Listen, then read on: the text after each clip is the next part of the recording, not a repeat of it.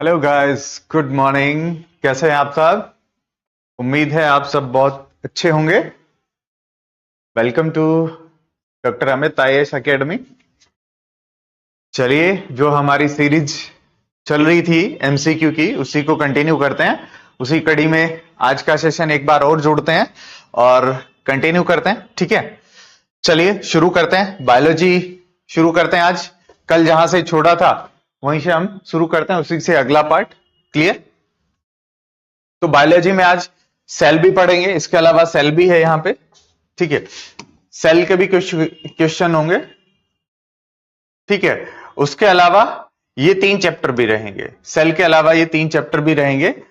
Almost हम वही कल की तरह अराउंड 100 क्वेश्चन करके चलेंगे। ठीक है, 100 क्वेश्चन करके चलेंगे। चलिए शुरू करते हैं, देर ना करके शुरू करते हैं। फर्स्ट क्वेश्चन आपके सामने है। ठीक है, first question. Good morning Aradhana, good morning बेटा।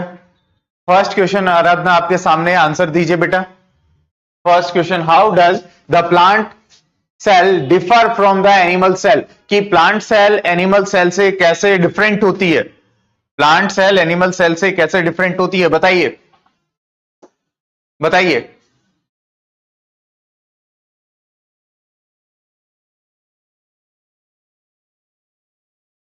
बताइए बेटा जल्दी से, प्लांट सेल एनिमल सेल से कैसे डिफरेंट होती है? ठीक है, on the basis of cell wall, कि दोनों की सेल वॉल में अंतर होता है। ठीक है, सेल वॉल क्या एनिमल सेल में होती है? मैंने बोला कि दोनों की सेल वॉल में अंतर होता है, तो मुझे ये बताओ बेटा, क्या ये मेरा बोलना उचित होगा कि सेल वॉल में अंतर होती है? और क्या एनिमल सेल में सेल वॉल होती है? बेटा सेल वॉल एनिमल सेल में होती ही नहीं है। प्लांट सेल का फीचर है प्रेजेंस ऑफ प्रोटोप्लाज्म, नहीं बेटा सेल वॉल। देखो एनिमल सेल और जब हम बात करते हैं ना एनिमल सेल की और प्लांट सेल की, तो दोनों अलग अलग तरीके से होती है। एनिमल सेल तो आपको ऐसी दिखेगी। ठीक है, ये बीच में न्यूक्लियस हो गया, गोल्गी बॉडीज हो गए, इसको थोड़ा सा,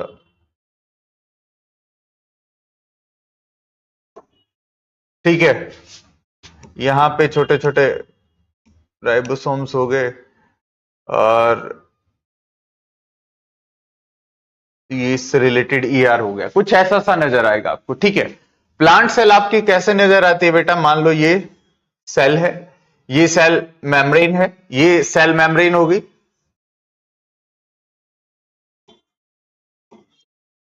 ये सेल मेम्ब्रेन होगी, और प्लांट सेल के चारों तरफ क्या मिलता है बेटा?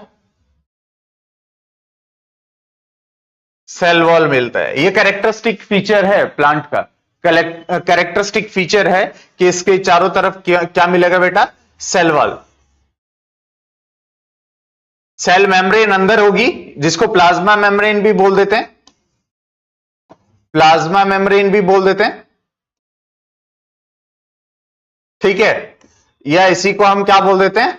सेल मेम्ब्रेन, सेल मेम्ब्रेन भी बोल देते हैं। उसी के बाहर प्लांट में क्या होती है? सेल वॉल होती है। और सेल वॉल किसकी बनी होती है प्लांट में? सेल्यूलोज की। किसकी बनी होगी बेटा? सेल्यूलोज की। प्लांट में सेल वॉल किसकी बनी होगी? सेल्यूलोज की। क्लियर? गुड मॉर्निंग रजत, गुड मॉर्निंग। ठीक है, क्लियर? इसमें कोई डाउट तो नहीं है ना? चलें आगे, चलें आगे। ठीक है, आंसर बी होगा। स्ट्रक्चरल डिफरेंस होता है प्लांट सेल और एनिमल सेल में। रिजिड सेल वॉल होती है प्लांट के पास, क्या होती है बेटा? Rigid cell wall. ठीक है, सेकंड देखिए, what is not found in the animal cell? इसमें से क्या एनिमल सेल के अंदर नहीं पाया जाता? इनमें से क्या एनिमल सेल के अंदर नहीं पाया जाता बेटा?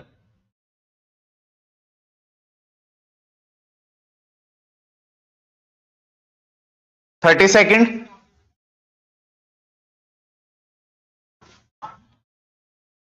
चलिए चलिए, टाइम ओवर हो गया आपका। दैट इज आपका सेल वॉल। सेल वॉल किसमें नहीं पाया जाता? अभी बात कर रहे थे एनिमल सेल में सेल वॉल नहीं पाया जाता, एनिमल सेल में सेल वॉल नहीं पाया जाता। ठीक है। सेल वॉल किसकी बनी होती है प्लांट के अंदर? सेलुलोज की। अभी डिस्कस किया, जस्ट पहले क्वेश्चन में डिस्कस किया हमने। ठीक है, ठीक है, चलिए आगे चलते हैं। Animal cell do not possess cell wall. ठीक है। Which part of the animal cell called the powerhouse of the cell? Powerhouse, ये तो बहुत छोटे छोटे बच्चों को पूछोगे वो भी बता देगा। Powerhouse of the cell, powerhouse of the cell.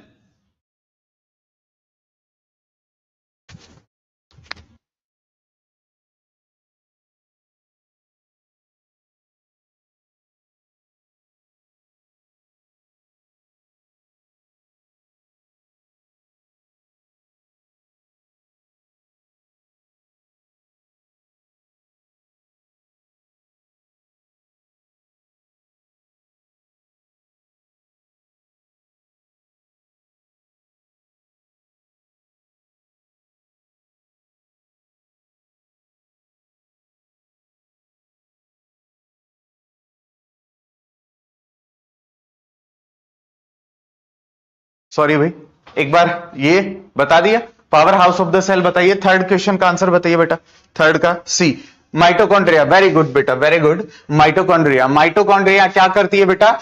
हमारी बॉडी के अंदर एटीपी जनरेट करती है, एटीपी जनरेट करती है। और एटीपी हमारी क्या है? बॉडी की एनर्जी करेंसी है। ठीक है, एनर्जी देती है हमें एटीपी, एडेनोसाइन ट्राइफॉस्फेट। क्लियर? इसीलिए क्या बोलते हैं माइटोकॉन्ड्रिया को? Powerhouse of the cell. ठीक है, नेक्स्ट चलते हैं। Which of the following organ is called the powerhouse of the cell? हो गया माइटोकॉन्ड्रिया। ठीक है, रिपीटिशन नहीं करेंगे हम क्वेश्चंस का, जल्दी जल्दी स्किप करेंगे। Plasma membrane is built up of, plasma membrane किसकी बनी होती है बेटा? प्लाज्मा मेम्ब्रेन किसकी बनी होती है? That fifth question is plasma membrane is build up of,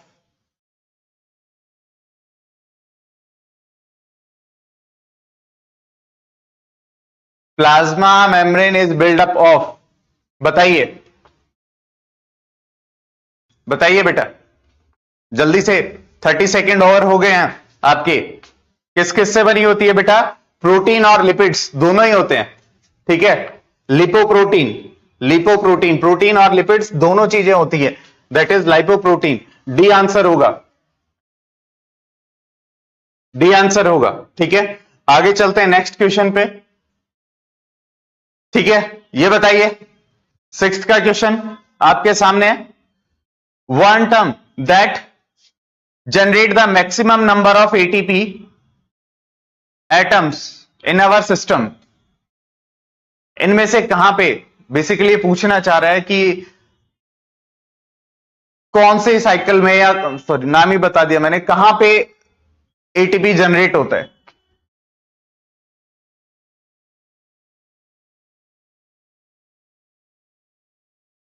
बताइए जल्दी, 30 सेकेंड ओवर हो रहे हैं। दैट इज आपकी क्रैब साइकिल, इसे ही क्या बोलते हैं? सिट्रिक एसिड साइकिल और TCA cycle. Citric acid cycle और टीसीए साइकिल के नाम से भी आपको ऑप्शन में मिल सकता है जी। क्रैब साइकिल और TCA cycle, citric acid cycle, ये तीनों के नाम से आपको मिल सकता है। ठीक है, इसके अंदर क्या क्या एटीपी के, एटीपी तो जनरेट होता ही है बेटा, एनएडीपी भी होता है और एफएडी भी मिलेगा। ये तीनों एनर्जी है, एनर्जी की फॉर्म है हमारी। ठीक है, ये तीनों एनर्जी की फॉर्म है हमारी। FADH2 देख लेना, FADH या FAD या FADH2, ये दोनों में से कोई एक मिल सकता है। तो ये तीनों हमारी एनर्जी की फॉर्म है। एनर्जी बोल सकता है इनमें से क्या एटीपी की जगह कुछ और लिख देगा और पूछ लेगा आपसे, तो इसीलिए मैंने बताया है। ठीक है, ताकि कंफ्यूजन ना रहे आगे। ठीक है, नेक्स्ट हेरिडिटी में आ जाइए। सेल से यही क्वेश्चन थे, हेरिडिटी में आ जाइए आप।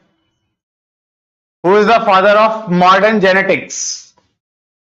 मॉडर्न जेनेटिक्स के फादर कौन है? जल्दी बताइए, मॉडर्न जेनेटिक्स के फादर, इतना टाइम नहीं लगना चाहिए। दैट इज आपका George Mendel. George John Mendel, ठीक है। इन्होंने अपना जो वर्क था, इनका वर्क कब पब्लिश हुआ था, कोई बता सकता है कब पब्लिश हुआ था इनका वर्क? बताइए जल्दी। 1866 के अराउंड, इनकी डेथ के बाद, ठीक है, इनकी डेथ के बाद ये पब्लिश हुआ था। और 3 साइंटिस्ट ने मिलकर काम किया था। एक साइंटिस्ट काफी फेमस है जिनमें से ह्यूगो डिवेरीज, ठीक है।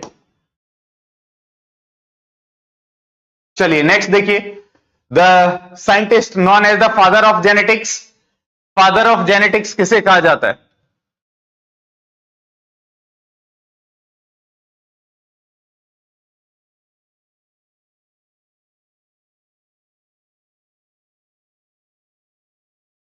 फादर ऑफ जेनेटिक्स अभी तो पढ़ा था हमने, जॉर्ज जॉन मेंडल। इसने जेनेटिक्स के सबसे पहले 2 लॉ दिए थे। कौन कौन से 2 लॉ दिए थे इन्होंने? Law of dominance and law of segregation. Law of dominance and law of segregation.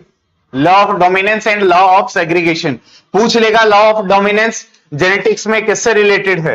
ABC करके ऑप्शन दे देगा, मैच द फॉलोइंग में डाल देगा, कुछ भी कर सकता है, ठीक है। तो आपको याद रहना चाहिए जेनेटिक्स के 2 लॉ किसने दिए थे? जॉर्ज जॉन मेंडल, जो जेनेटिक्स के फादर भी कहे जाते हैं। क्लियर, ठीक है। अगले क्वेश्चन पे चलते हैं।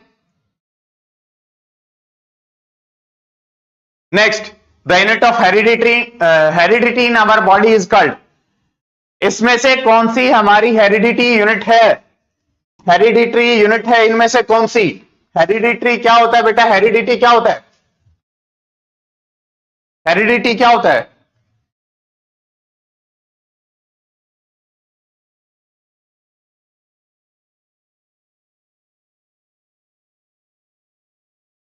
थॉमस हंट मॉर्गन नहीं है, थॉमस हंट मॉर्गन गलत है।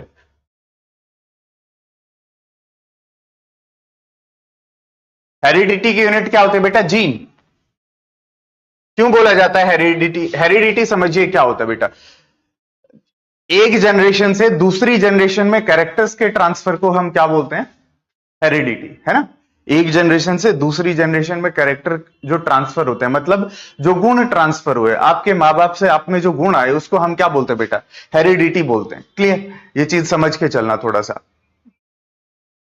मतलब क्या बोल रहा हूं मैं? सर कैरेक्टर तो कहीं से भी कहीं पे भी जा सकते हैं, नहीं। अगर मैं बोल रहा हूं ह्यूमन है, तो उसका कोई अगर नेक्स्ट प्रोजनी आया, वो गधा थोड़ी होगा भाई। इंसान का बच्चा इंसान ही होगा ना, इंसान का बच्चा इंसान ही होगा।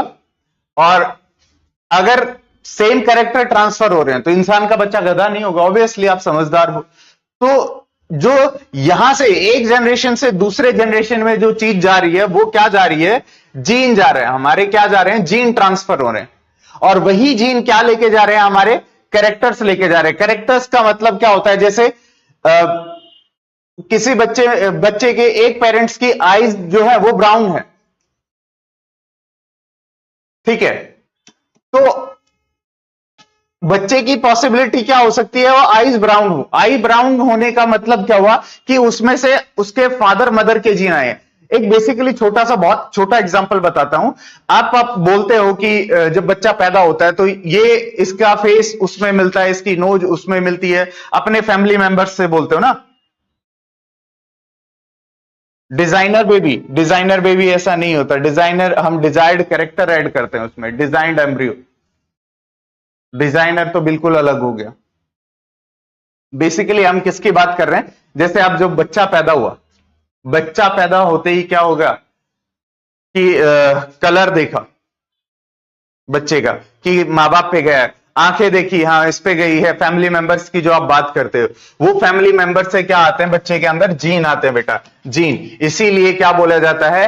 हेरिडिटरी जो यूनिट है, इनहेरिटेंस है, वो किसके थ्रू होती है? जीन्स के थ्रू। कि एक जनरेशन से अगली जनरेशन तक हमारे क्या करते हैं बेटा? जीन ट्रांसफर होते हैं। क्लियर, ये बात आई समझ? ठीक है, जिसको नहीं पता था उनको मैंने बता दिया। Clear. Who is known as father of genetics? Father of genetics, who is known as father of genetics? ये तो अभी आ चुका है ना, आ चुका। George Gregor Mendel, G G J Gregor George Mendel, G J Mendel होता है ये, उन्होंने उल्टा लिख रखा है। ये लीजिए, जीन इज, जीन क्या है ये बताइए। What is gene? What is gene? Definition ही पूछ लिया आपसे, ठीक है। बताइए, एक सेगमेंट है डीएनए का, एक segment of DNA and histone, इस segment of DNA RNA histone, all of these, ये सारे, ये सारे बताइए जल्दी बताइए। ये क्या है? जीन क्या है? एक सेगमेंट होता है डीएनए का। बेटा समझिए एक बार, छोटी सी चीज समझिए। चलिए, हमारा क्रोमोसोम है, ये क्रोमोसोम है हमारा, ठीक है। और क्रोमोसोम के अंदर क्या होता है? हमारा डीएनए होता है, इसके अंदर हमारा पूरा डीएनए भरा होता है।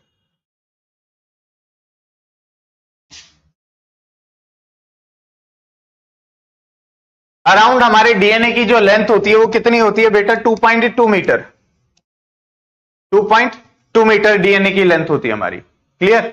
अब ये जो डीएनए भरा है, डीएनए भरा है, इस पे हम क्या देखते हैं? यहां पे कोई जीन लोकेटेड होगा, यहां पे होगा, मतलब डीएनए के छोटे से पार्ट में। अगर मैं इसको सीधा करके बनाऊं तो ये डीएनए हो गया। डीएनए का ये पार्ट किसी चीज के लिए रिस्पॉन्सिबल है। मान लो डीएनए का यही पार्ट किसी बच्चे के लिए हेयर कलर के लिए रिस्पॉन्सिबल है, ठीक है। अगला पार्ट ये किसके लिए रिस्पॉन्सिबल है? आई कलर के लिए, ठीक है। तो ये क्या हो गया बेटा? ये क्या हो गया? ये जो फंक्शनल एरिया है डीएनए का, जो ये एरिया है, इसको हम क्या बोलेंगे? जीन बोलेंगे। इसको हम क्या बोलते हैं? जीन बोलते हैं, ठीक है। इसको हम क्या बोलेंगे? जीन। चलिए आगे चलते हैं।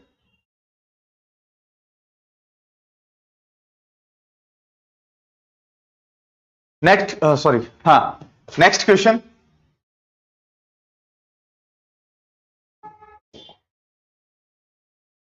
Next question, the classical Mendel's work on his law of inheritance was perform on the organism. कौन से जो मेंडल के जो क्लासिकल लॉज थे उनका जो वर्क था वो कौन से ऑर्गेनिज्म पे हुआ? वो कौन से ऑर्गेनिज्म पे हुआ ये बताना।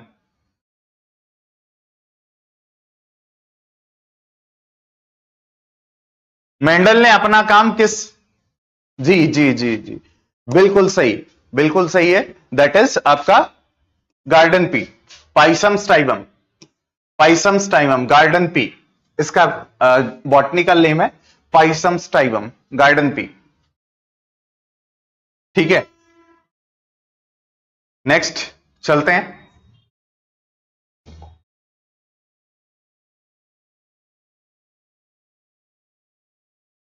अगला क्वेश्चन आपके सामने, the characteristic feature of genetic code is. हम बोल सकते हैं कि ये क्या होता है? जेनेटिक कोड की प्रॉपर्टी है, ठीक है। बताइए आप, इनमें से बताइए।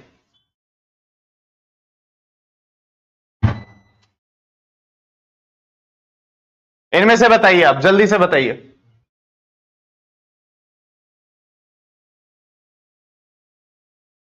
Always, it is always universal, हमेशा यूनिवर्सल होता है।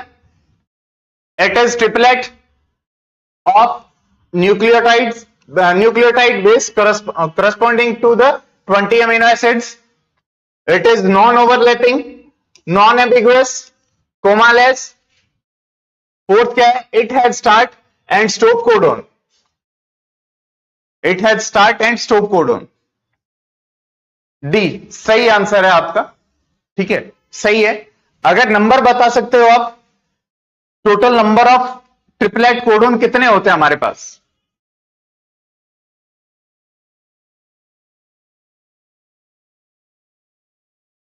ऑप्शन सी में डाउट है, कौन से के बेटा? कौन से का?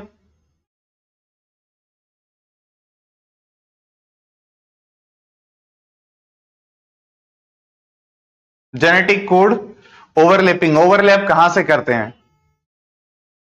ओवरलैप कहां से करते हैं बताइए?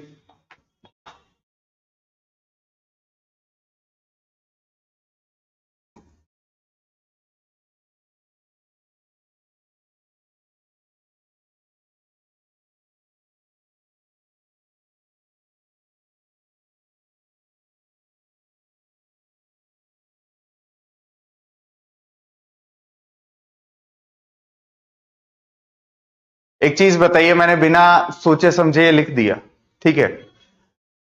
अगर मैं एक कोड स्टार्ट कर रहा हूं यहां से, तो 3-3 की फॉर्म में हम इसको रीड करेंगे। मान लो ये 3-3 की फॉर्म में हो गया, ठीक है? अगर आप यहां से भी स्टार्ट नहीं कर रहा, मैं यहां से स्टार्ट नहीं कर रहा, यहां से कर रहा हूं, तो कहां ओवरलैप हो रहे हैं?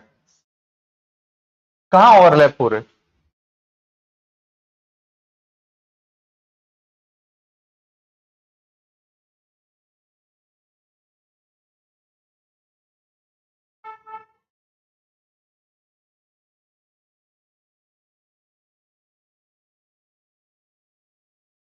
क्या कह रहे हैं? 20 ट्रिपलेट कोडॉन है हमारे पास? नहीं, 20 नहीं है सर, ठीक है? कितने हैं?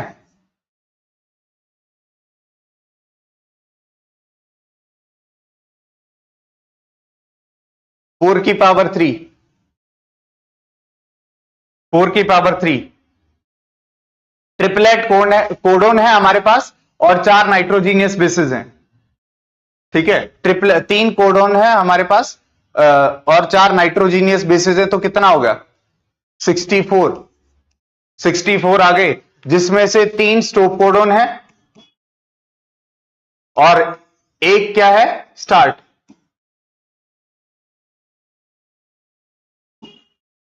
कोडोन। 3 स्टॉप कोडोन होते हैं और एक स्टार्ट कोडोन होता है।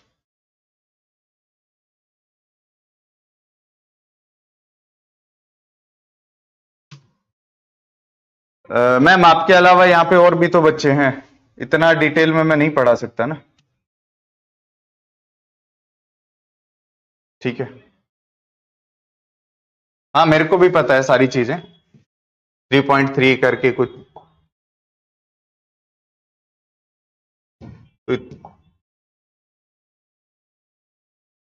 नेक्स्ट देखिए, genome genome mapping is related to genome mapping is related to genome mapping is related to किससे रिलेटेड है जीनोम मैपिंग?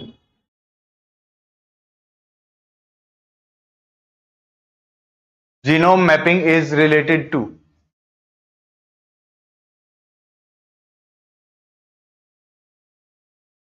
बताइए, जल्दी जल्दी जल्दी रिस्पॉन्स करिए बेटा।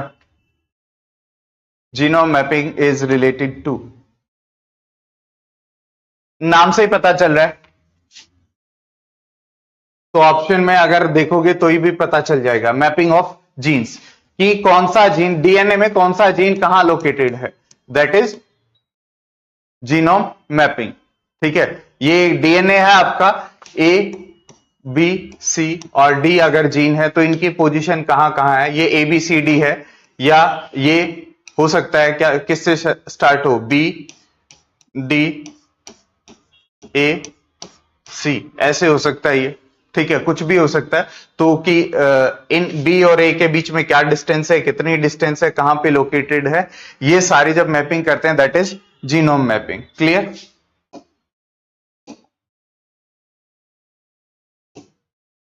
नेक्स्ट देखिए, change in the base sequence within a gene is called, जब एक जीन की बेस जो सीक्वेंस होती है उसमें अगर चेंज आ जाता है तो उसे क्या कहते हैं? बेसिकली एक जीन में अगर चेंज आता है, एक जीन में अगर चेंज आता है तो उसे क्या कहते हैं? यहां पे ज्यादा देके पूछ लिया, थोड़ा सा टफ बनाने के लिए पूछ लिया, ठीक है? ठीक, एक जीन में सडन चेंज आ गया, सडन चेंज आ गया तो उसे क्या कहेंगे? That is mutation. चेंजमेंट जो आते हैं, चेंजमेंट जो आते हैं, ठीक है, one generation to next generation, या फिर अचानक से कोई चीजें चेंज हो जाती हैं, ठीक है, उसको हम क्या बोलते हैं, म्यूटेशन। जीन के अंदर कुछ चेंज आते हैं तो वो किसके कारण आते हैं बेटा, म्यूटेशन के कारण। क्लियर? नेक्स्ट देखिए, which of the following statement is not true, इनमें से कौन सी स्टेटमेंट ट्रू नहीं है? Which of the following statement is not true,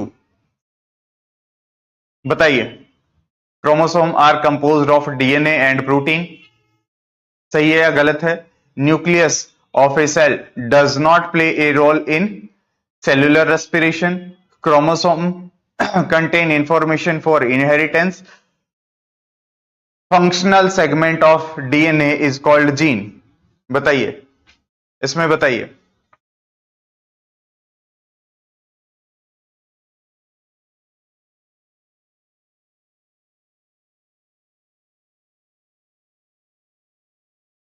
यहां पे नोट आ रहा है, अगर ये नोट नहीं होता तो चारों सही होते,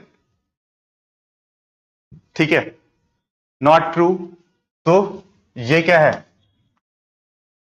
option B is the answer, option B is the answer.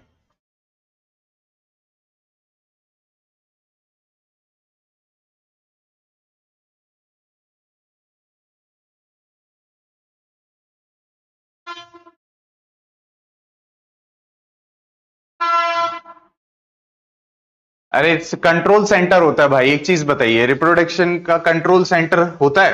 अभी तो बताया जीन, जीन ट्रांसफर होते हैं, रिप्रोडक्शन में क्या होते हैं, जीन ट्रांसफर होते हैं, तो जीन कहां से जाएंगे, न्यूक्लियस से ही जाएंगे, और न्यूक्लियस में डीएनए होता है, तो रोल तो होगा ना इसका, पूरा पूरा रोल होगा। क्लियर?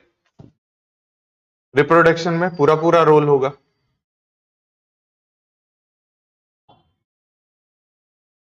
नेक्स्ट देखिए,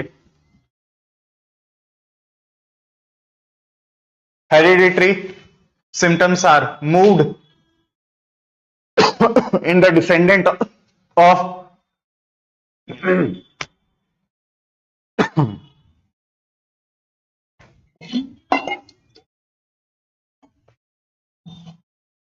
चलिए चलिए बताइए, राइट आंसर बताइए।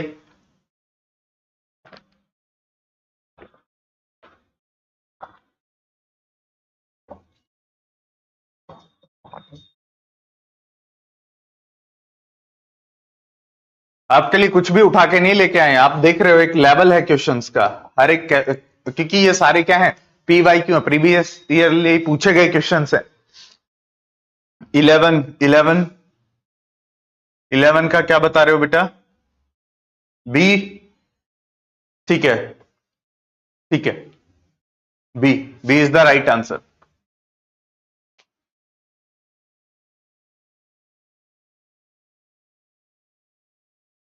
Next, Watson and Crick are associated with the discovery of, ये तो काफी फेमस है बेटा, काफी फेमस है ये दो scientist, Watson and Crick are associated with which of the following,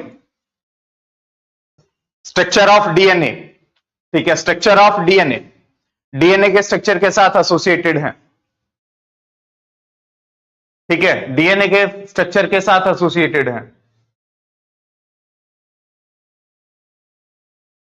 very good. एक चीज बताओगे, वैक्सीन किसने डिस्कवर की थी?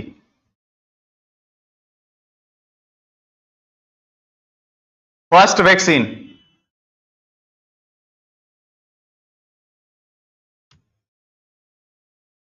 फर्स्ट वैक्सीन किसने डिस्कवर की थी?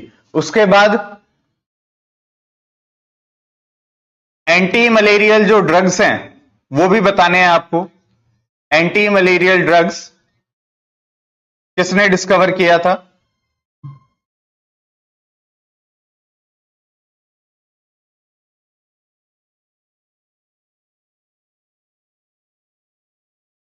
और पेंसिलिन, जो पेंसिलिन है वो क्या है? पेनिसिलिन है वो क्या है? Anti malarial drug. फर्स्ट किसने डिस्कवर की थी और आपकी फर्स्ट वैक्सीन किसने डिस्कवर की थी?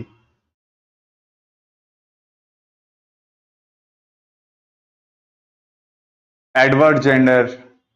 प्रदूषण, क्या क्या नाम रखते हो भाई, प्रदूषण। Very good. ठीक है ठीक है ठीक है, सबका सही है भाई, वेरी गुड। चलो, इतना तो कर रहे हैं आप, अच्छी बात है। Alexander Fleming, Edward Jenner, Fleming, Jenner. ठीक है ठीक है। चलिए नेक्स्ट क्वेश्चन के ऊपर चलते हैं।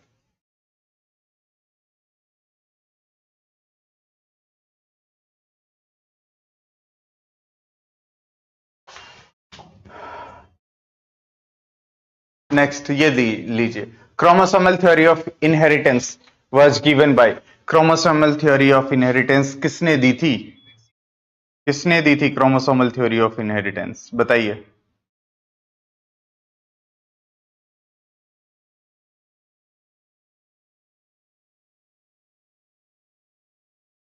Chromosomal theory of inheritance.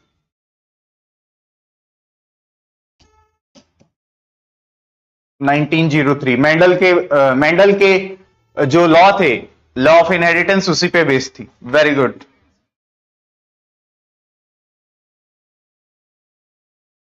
अच्छा प्रत्यूष, सॉरी प्रत्यूषा।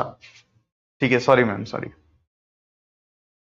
मेरे को दूर से उसमें स्क्रीन में दिख रहा था आपका नाम, साफ नहीं दिखाई दिया, मेरे को लगा यही है। अभी मैंने फोन से देखा है आपको। ठीक है, फोन पे देख रहा हूं मैं आपको, सॉरी। ठीक है।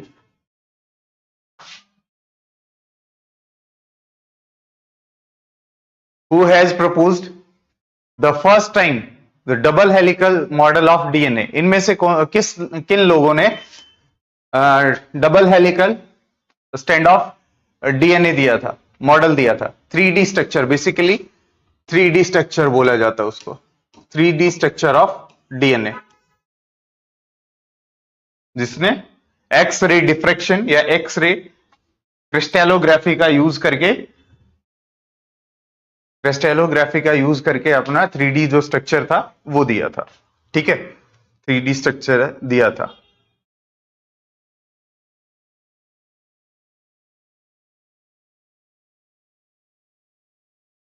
X ray diffraction.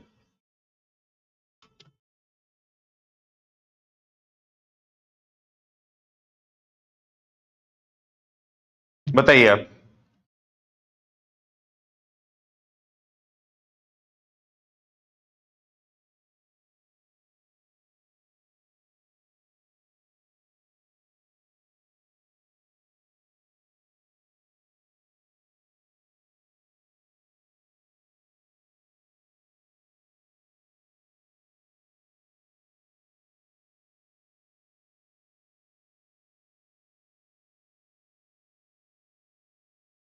चलिए,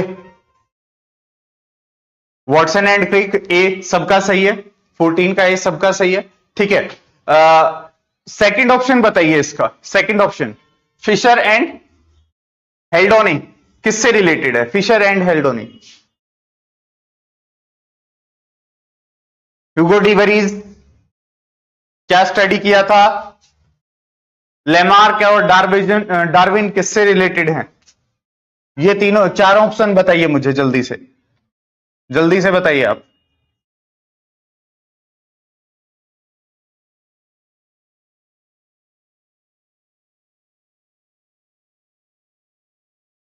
लेमार्क और डार्विन क्या किया था? चार्ल्स डार्विन, कल भी शायद हमने इस पर डिस्कस किया था।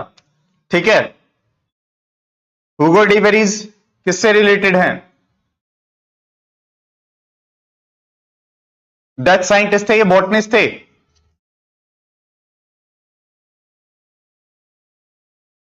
जिन्होंने पहली बार कंसेप्ट ऑफ जीन दिया था, कंसेप्ट ऑफ जीन। हाँ, कंसेप्ट ऑफ जीन, डिवेरीज। अभी बताया था थोड़ी देर पहले कि ये एक बहुत फेमस साइंटिस्ट थे। लेमार्क और डार्विन, लेमार्क और डार्विन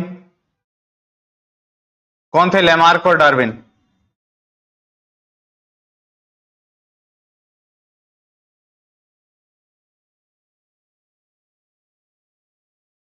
बिल्कुल बिल्कुल बिल्कुल बिल्कुल, थ्योरी ऑफ इवोल्यूशन, बिल्कुल ठीक है। वही है थ्योरी ऑफ इवोल्यूशन, लेमार्क और डार्विन। और फिशर एंड हेल्डोनी बच गए, फिशर एंड हेल्डोनी, बताइए। फिशर एंड हेल्डोनी इसलिए पूछ रहा हूं क्योंकि पूछा जा सकता है आपसे, फर्दर आगे एग्जाम्स में पूछा जा सकता है। दोनों दोनों इवोल्यूशन से रिलेटेड है बेटा, लेमार्क भी और डार्विन भी। डार्विन की थ्योरी ऑफ इवोल्यूशन थी। Theory of use and disuse of organs किसकी थ्योरी है, बताइए। Theory of use and disuse of organs.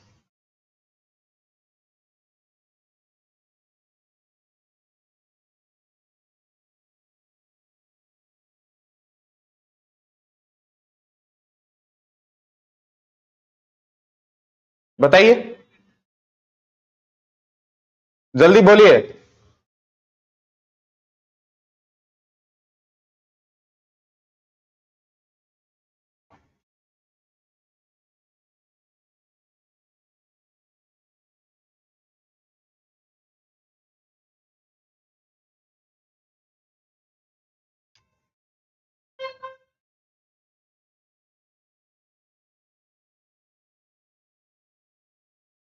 कहीं नहीं मिलेगा बेटा, ये कोई थे ही नहीं, वैसे ही कुछ अलग से ही अटपटा सा डाल रखा है, कुछ नहीं थे ये।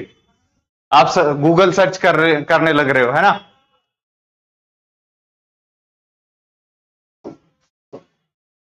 चलो मैं थोड़ा सा जल्दी चलूंगा क्योंकि इस क्वेश्चन में काफी टाइम ले लिया हमने चारों ऑप्शन करने में। Who first outline the structure of the gene molecule, बताइए।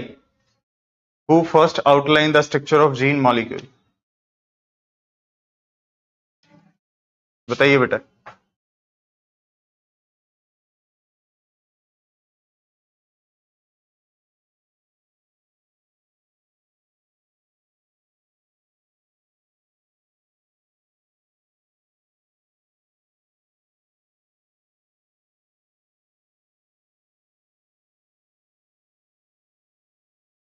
अभी अभी तो बताया था, Watson and Crick, Watson and creek.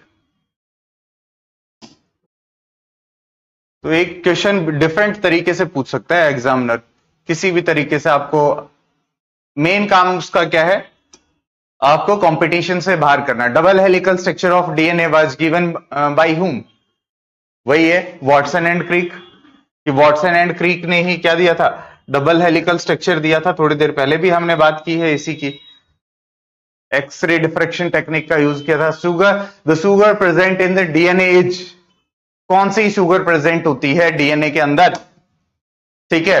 Glucose होता है, फ्रक्टोज होता है, और डीऑक्सीराइबोज होता है, और राइबोज होता है, बताइए। 17 का आपका होगा डीऑक्सीराइबोज। राइबोज शुगर कहां होती है बेटा, राइबो न्यूक्लिक एसिड आरएनए में, और इसमें क्या होता है deoxyribo nucleic acid, deoxyribo nucleic acid. तो आपको यहीं से पता लग जाना चाहिए कि डीऑक्सीराइबोज डीएनए में होगी और राइबोज शुगर कहां होगी बेटा, आरएनए में होगी, ठीक है।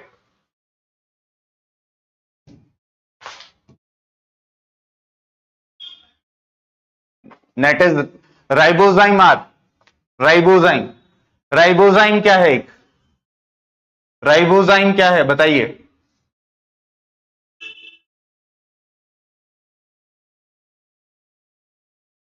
Ribozyme,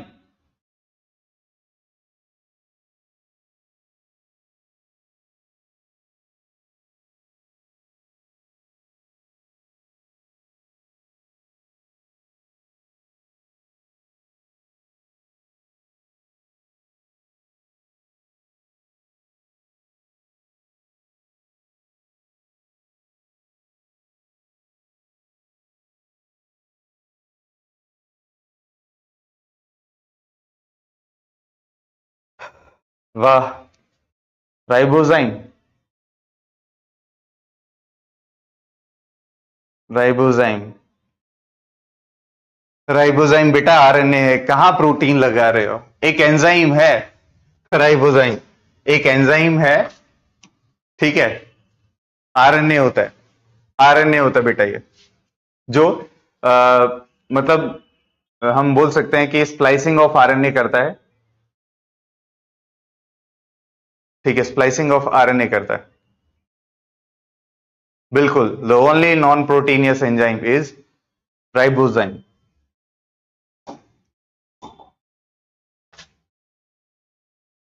next, chromosome number in any species,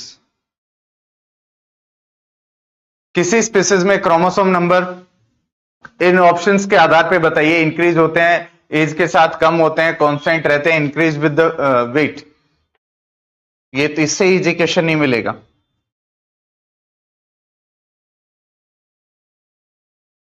बताइए,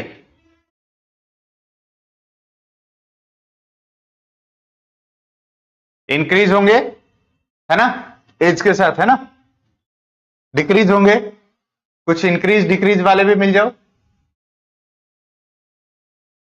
कांस्टेंट वाले हैं सारे, वेरी गुड।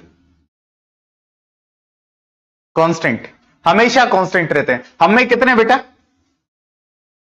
क्रोमोसोम, हम में कितने क्रोमोसोम नंबर, हम में कितने, हम क्या बोल देते हैं, 23 पेयर्स और 46, 23 इन पेयर और 46, है ना, ठीक है। आगे चलते हैं। अच्छा, दो तरीके के कौन कौन से क्रोमोसोम होते हैं हमारे अंदर, बाद में देखेंगे। चलो ये बताइए, विच one of the following does not have sex chromosome, इनमें से किसके अंदर सेक्स क्रोमोसोम नहीं होता,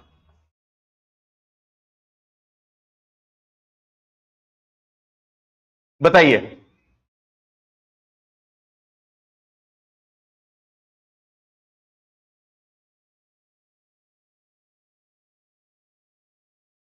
जल्दी से बताइए बेटा।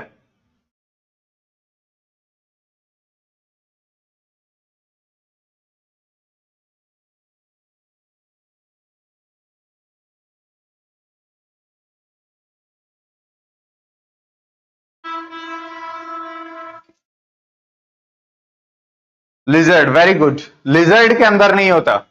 लिजर्ड हो गया, और आपका क्रोकोडाइल हो गया, ठीक है, और आपका ये हो गया टर्टल हो गया, इन सब के अंदर सेक्स क्रोमोसोम नहीं होता। फिर इनके अंदर सर मेल और फीमेल कैसे बनते हैं बेटा, जब जो एग जो हैच होते हैं ना, एग हैच होते हैं, उस टाइम जो टेम्परेचर होता है ना, टेम्परेचर के बेसिस पे इनमें मेल और फीमेल कैटेगराइजिंग होती है। स्पेसिफिक इनके पास कोई जीन नहीं होता, ठीक है। टेम्परेचर के बेस पे इनको क्या होता है, मेल और फीमेल बनते हैं। क्लियर, आई बात समझ।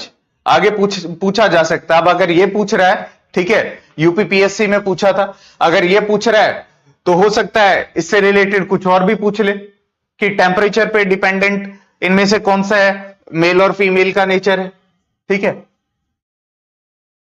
Next, how many chromosomes are there in human, अभी पूछा था मैंने, अभी पूछा था, हमने बता दिया। अभी भी आधे तो ऐसे होंगे कि गलत कर देंगे, है ना।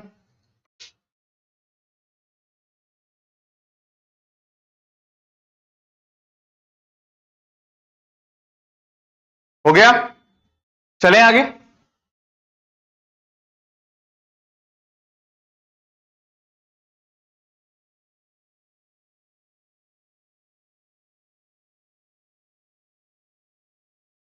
Which combination of chromosome in mankind gives birth to the male child, कि कौन से क्रोमोसोम जब मिलेंगे तो मेल चाइल्ड होगा बेटा, मेल चाइल्ड होगा। बेसिकली मेल के लिए कौन सा क्रोमोसोम रिस्पॉन्सिबल है, ठीक है। क्या, ऑप्शन थोड़ा ध्यान से पढ़ना, X of male and X of female, X of male and Y of female, y of male and x of female, y of male and y of female. आप सबको पता है क्या होता है, सबको पता है क्या होता है कि फीमेल में कौन सा कॉम्बिनेशन होता है और मेल में कौन सा कॉम्बिनेशन होता है, क्रोमोसोम्स की अगर मैं बात करूं तो, है ना? बता दोगे क्या होता है बेटा? फीमेल में होता है सर XX और मेल में होता है XY, ठीक है। और आपको यह भी पता है कि नेक्स्ट जनरेशन में जब ये क्रोमोसोम जाते हैं, जब ये पास ऑन होते हैं तो 50% कैरेक्टर कैरी करते हैं, 50% मदर से और 50% कहां से आएगा? फादर से। 50-50%, ठीक है।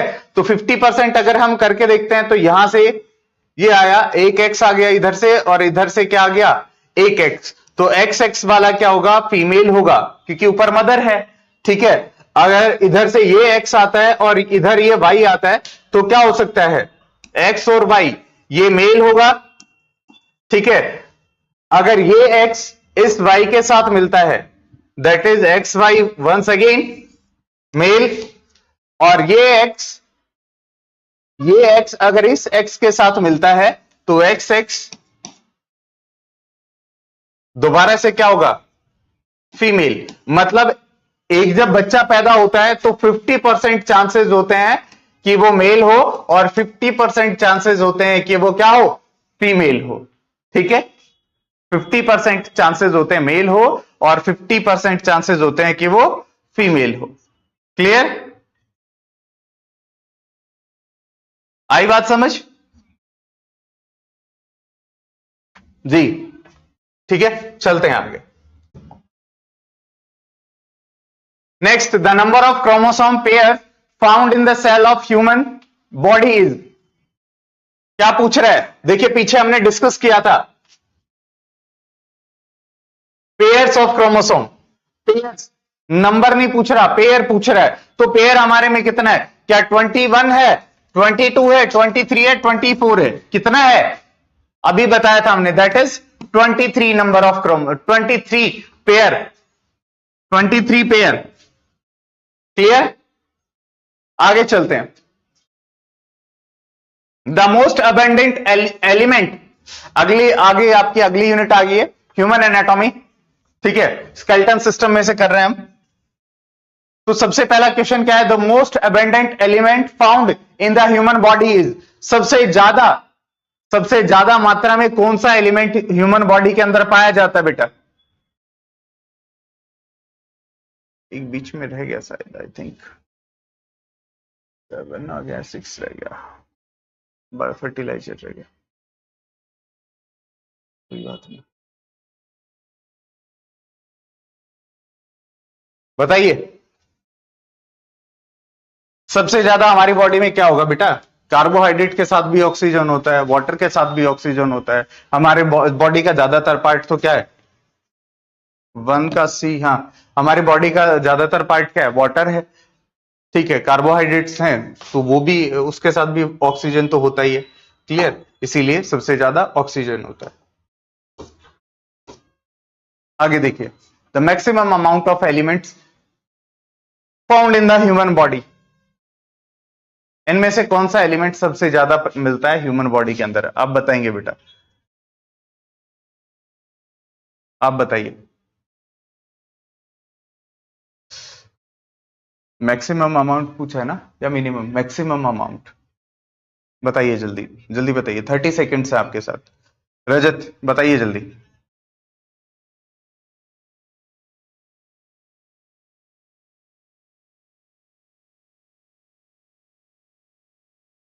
ये 4 ही हैं, आपको अलग से नहीं बताना, इन 4 में से पूछा है। D D D D D D D, very good, D.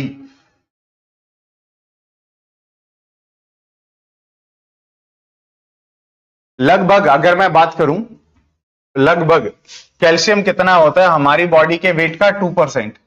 हमारी बॉडी के वेट का अराउंड 2%, एग्जैक्ट नहीं बता रहा मैं, आप लिख सकते हो 1.5 to 2% body weight. Body weight का 1.5 to 2% क्या होता है बेटा? कैल्शियम होता है, ठीक है, याद रखना। इस फॉर्म में पूछा है या परसेंटेज देके भी पूछ लेगा आगे कभी, तो आपको याद होना चाहिए।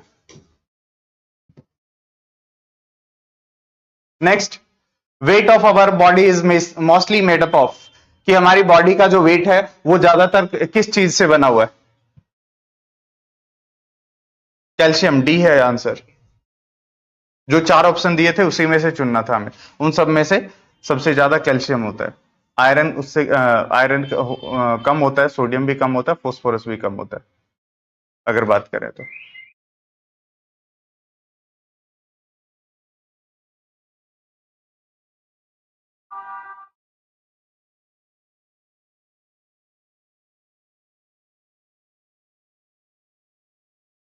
बताइए जल्दी, अभी बता रहे थे हम, अभी बात कर रहे थे बोन्स का।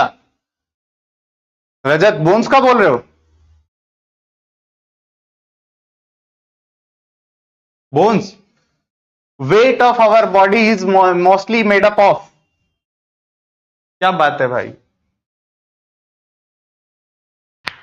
अभी बताया था, अभी बताया था मैंने, क्या बोला था कि अराउंड 65%, 65%, कहीं कहीं पे लिखा मिल सकता है 60 to 70% हमारी बॉडी किसकी बनी होती है? हमारी बॉडी का जो मतलब पोर्शन है वो वाटर होता है, H2O।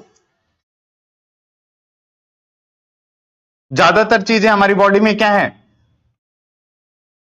वाटर की बनी होती है। तो देखो, थोड़ा सा देख के चीजें क्या करो। ऊपर बोन मिल गया, हाँ सबसे मजबूत कैल्शियम होता है, अभी बताया सबसे ज्यादा होता है, ठीक है, ठोक दो पहला ही ऑप्शन। नीचे भी थोड़े से आ जाया करो, चारों ऑप्शन देख के टिक किया करो। विच one of the following salt is found in maximum amount in the human body? इनमें से कौन सा सॉल्ट सबसे ज्यादा मिलता है ह्यूमन बॉडी के अंदर?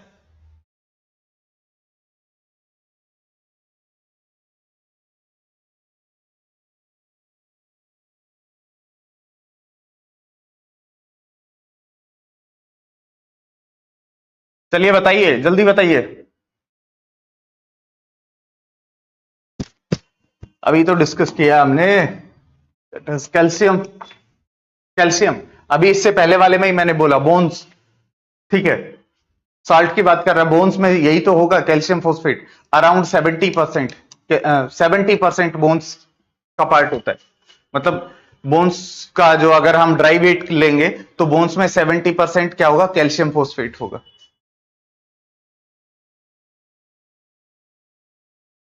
Next, in human body the percentage of which element is highest? इनमें से सबसे हाईएस्ट परसेंटेज बताइए किसकी होती है? चार ऑप्शन दिए हैं आपके सामने, इनमें से सबसे हाईएस्ट परसेंटेज बतानी है ह्यूमन बॉडी के अंदर किसकी होती है?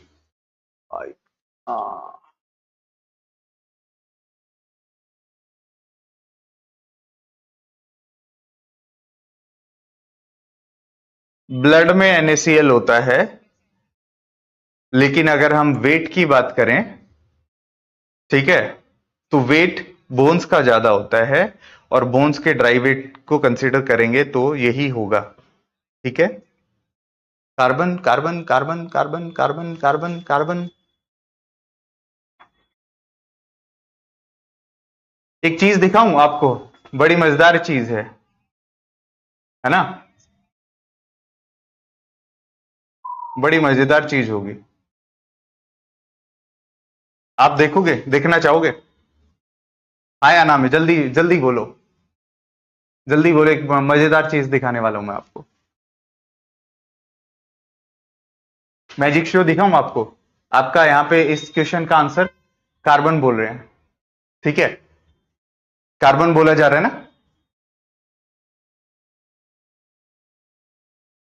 मैं आपको मजेदार चीज दिखाता हूं।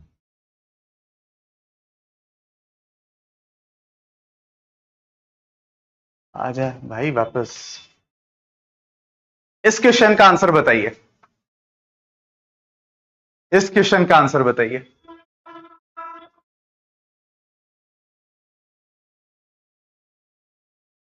बताओ जल्दी, टाइम नहीं है इतना, जादू खत्म होने वाला है।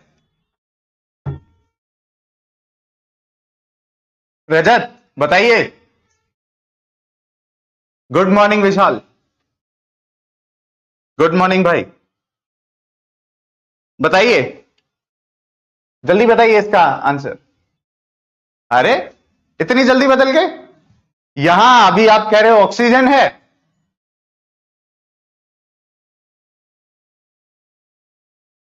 यहां आप कह रहे हो कार्बन है।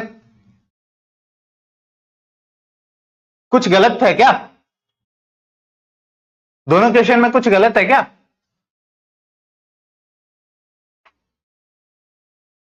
Good morning. दोनों क्वेश्चन में कुछ गलत है क्या? जल्दी बताओ। या सही में? कहां तुम्हारी याददाश्त कहां चली जाती है? खुद ही देख लो कितने अटेंटिव हो।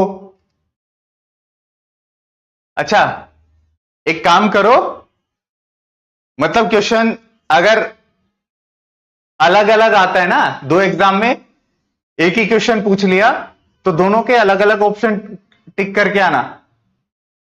घुमा दिया? किसने घुमा दिया? आराधना, किसने घुमा दिया? चलो बताओ। The percentage of water in adult human body, ये तो बताओ अब। कितनी देर से डिस्कस कर रहे हैं, ये तो पता होगा।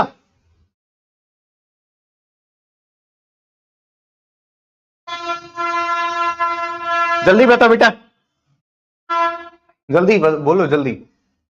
ठीक है, इसका आंसर पता होगा सबको। दैट इज, काफी बार अभी पीछे डिस्कस किया हमने, दैट इज 65%, है ना। Number of bones in adult human body, कि एक अडल्ट के अंदर कितनी बोन्स होती हैं? 204 होती है, 206 होती है, 208, 210?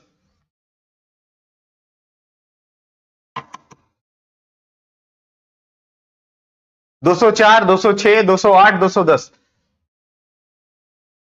विशाल 30, 30? कहां से अभी आए हो क्या विशाल?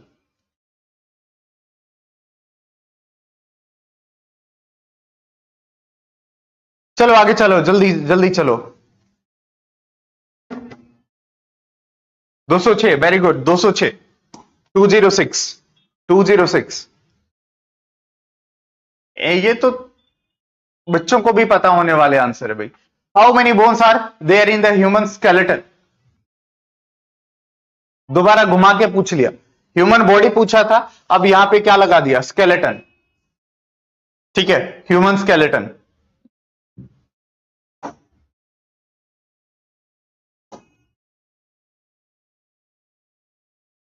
The number of cervical vertebra, ये बताइए, सर्वाइकल वर्टिब्रा, सर्वाइकल वर्टिब्रा कितनी होती है?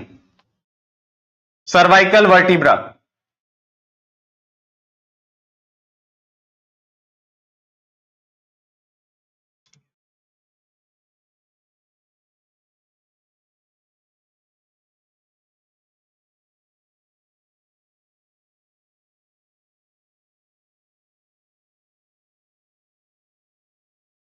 बताइए, जल्दी बताइए।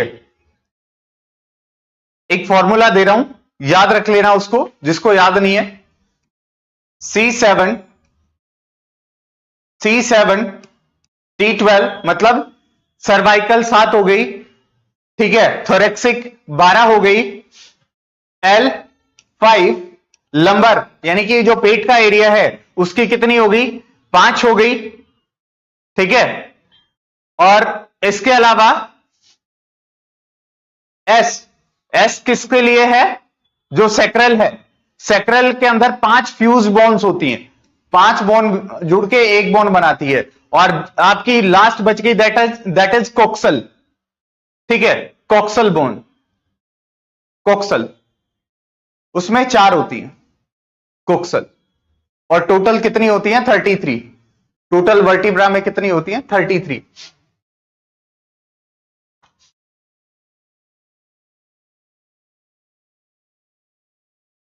टोटल वर्टिब्रा में कितनी होती है? 33।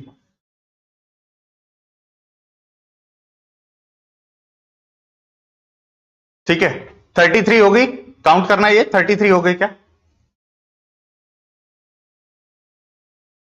ये एक बार याद रख लेना, फिर से मैं बोल रहा हूं, अगर ऐसे पूछ सकता है तो आगे और भी कुछ पूछ सकता है। ठीक है, एमपीपीसीएस का है तो और भी किसी पीसीएस में रिपीट हो सकता है, तो क्वेश्चन कहीं से भी पूछ सकता है। इसने सर्वाइकल पूछा है, हो सकता है अगला थोरेक्सिक पूछ ले, लंबर पूछ ले, या पूछ ले कि जो सैक्रल है वो कितने बोन से मिलके बना है, या कॉक्सल बोन जो हमारी टेल बोन बोलते हैं, लास्ट जो बोन होती है, ठीक है, उसकी बात कर रहे हैं। क्लियर? चलिए आगे चलते हैं। The type of joint that is pivot between atlas and axis is known as, atlas और axis के बीच में जो ज्वाइंट हैं उनको हम क्या बोलते हैं?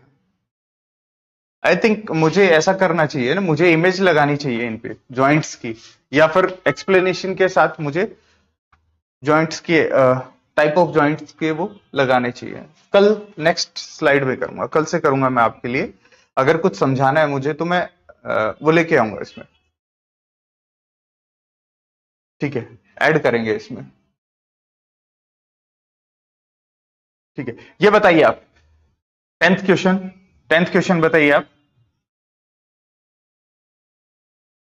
द टाइप ऑफ ज्वाइंट, ठीक है,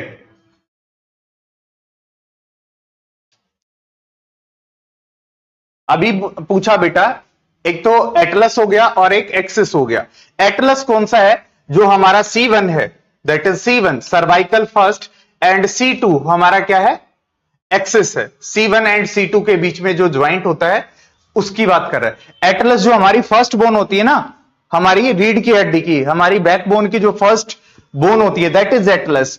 एटलस उसका नाम क्यों पड़ा? आपने देखा होगा पहले एक ज्योमेट्री बॉक्स आता था, एटलस कौन है आपने देखा होगा, अगर गूगल करोगे एटलस तो आपको एक स्टैच्यू मिलेगा और उसने आपने कंधे पे अर्थ उठाया हुआ है, अर्थ को उठाया हुआ है, अगर आपको देखा हो कभी आपने। ठीक है, उसी के नाम पे क्या पड़ा? एटलस पड़ा, कि इसने हमारे जो हमारा सोचने समझने का एरिया, जो हमारा ब्रेन है, उसको उठाया हुआ है। पूरा भार किसके ऊपर है? आपका एटलस पे। तो फर्स्ट बोन है ये बेटा, एटलस फर्स्ट बोन है आपकी।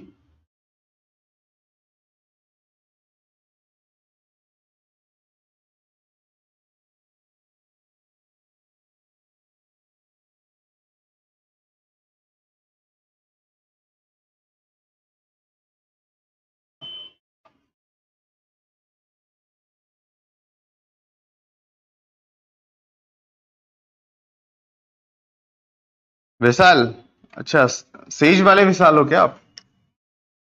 है भाई? चलो, मेरे पुराने स्टूडेंट है भाई, बहुत पुराना। विच of the following is the smallest bone? अच्छा, उसका आंसर बता दिया मैंने, नहीं बताया क्या? अच्छा, डी आंसर होगा उसका, सॉरी भाई मैं भूल गया थोड़ा। मैं एक बच्चे का मैसेज आया हुआ था तो मैं देखने लग गया। हाँ, ये बताइए, विच of the following is the smallest bone of the human body? Smallest bone of the human body कौन सी है? Smallest bone of the human body.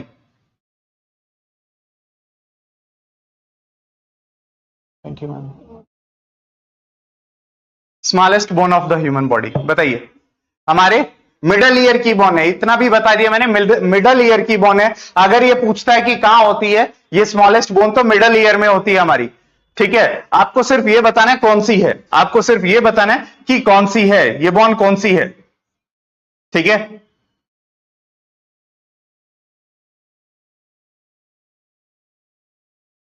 Very good. Stapes, stapes is the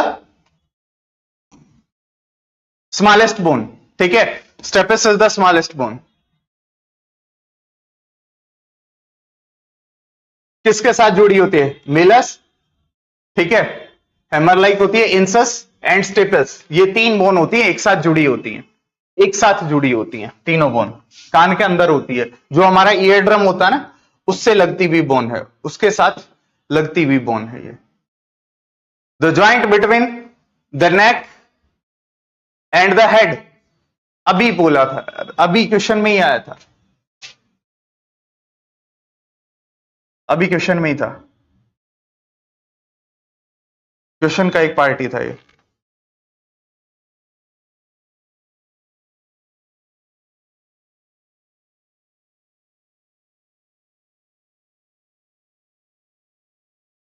बताइए जल्दी, जल्दी बताइए, ऑप्शन आपके सामने, जल्दी बताइए।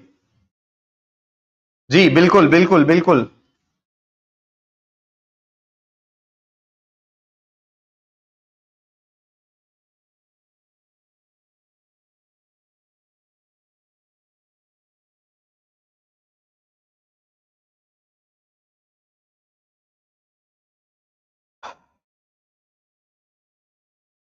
ठीक है, चले आगे। इसमें पाइवोट ज्वाइंट है, इसका आंसर पाइवोट ज्वाइंट है।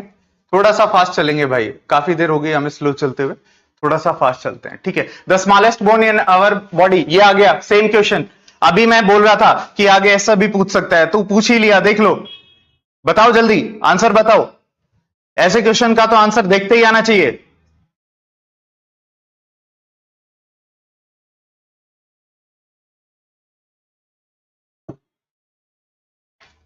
ठीक है, ये यार आंसर होगा इसका। 30 सेकेंड ओवर हो चुके, 30 सेकेंड मिलेंगे आपको, पता है ना? 30 वाला गेम पता है ना? 30 सेकेंड, 30 आपके लिए, 30 मेरे लिए, ज्यादा देर नहीं लगानी क्वेश्चन में। How many pairs of ribs, ribs आपको बतानी है, टोटल रिब्स पूछा है, कितनी होती है, पेयर में पूछा है बेटा, पेयर में पूछा है, पेयर ऑफ रिब्स, पसलियां आपकी कितनी होती है, पसलियां बताइए जल्दी।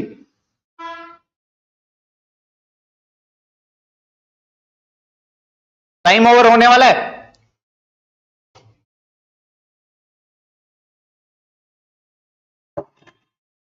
12 pair of ribs, 12 pair of ribs, ठीक है।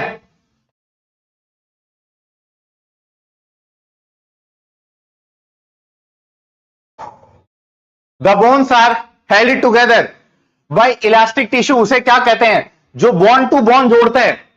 एक कनेक्शन होता है बेटा बॉन्ड टू मसल, ठीक है, दूसरा कनेक्शन होता है बोन टू बोन। तो बोन से बोन को जोड़ने वाली चीज को हम क्या कहते हैं, जो कनेक्शन जोड़े रखती है बोन से बोन को? बताइए, बताइए जल्दी से। बोन से बोन के कनेक्शन को जो जोड़ता है उसे क्या कहते हैं?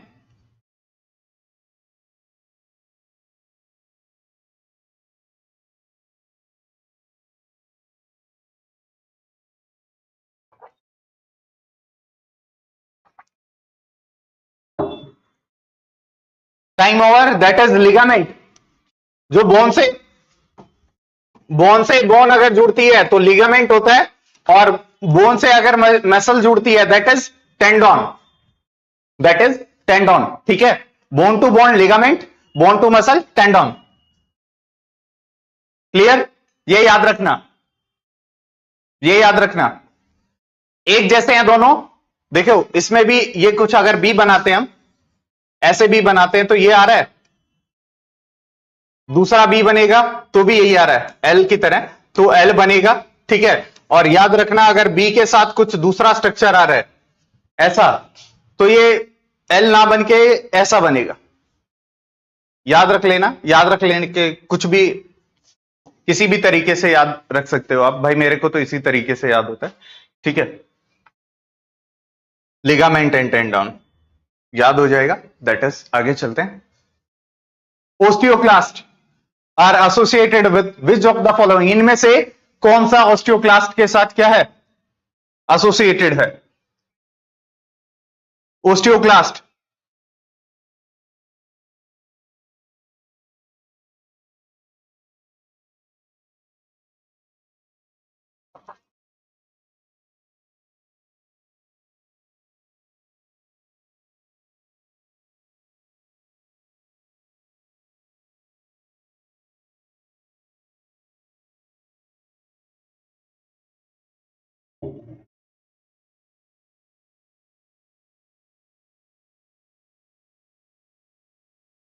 बताइए जल्दी।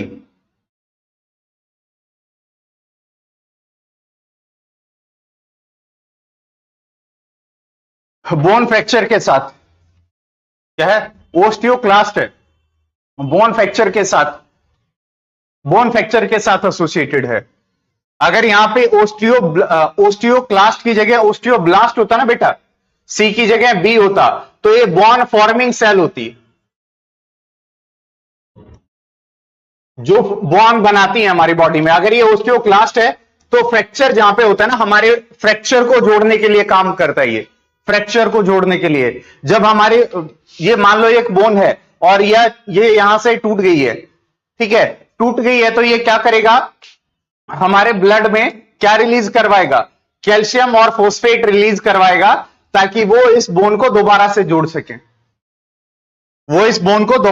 सके, क्लियर जी। 16 का C, very good Aradhana, very good Dishant Garg, very good.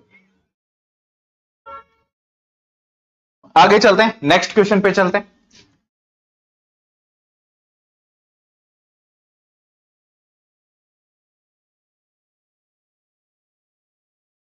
Plaque formed on the teeth is made up of, जो प्लेक फॉर्मेशन है टीथ के ऊपर, वो किसकी बनी होती है, बताइए जल्दी।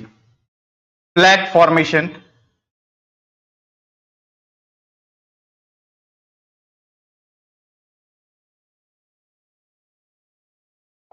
मतलब कैविटी जो बनती है माउथ के अंदर, वो क्यों बनती है, सिंपल सा मैंने बता दिया।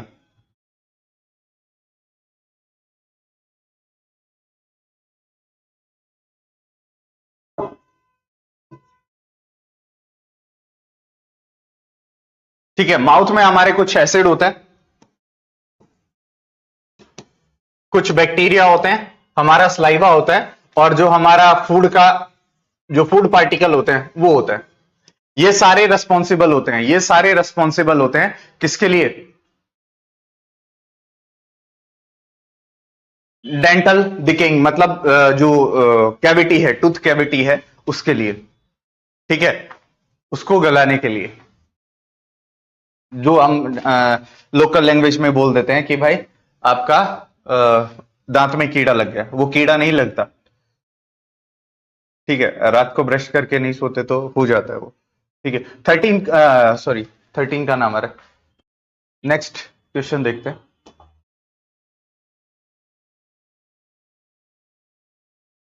ये बताइए,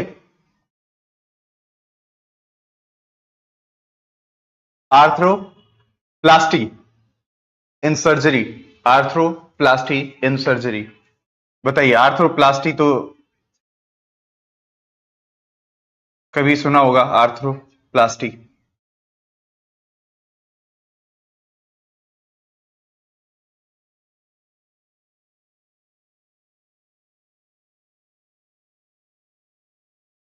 हाँ, आर्थ्रो से रिलेटेड किस, क्या बोल रहे हो, ब्लड से रिलेटेड है?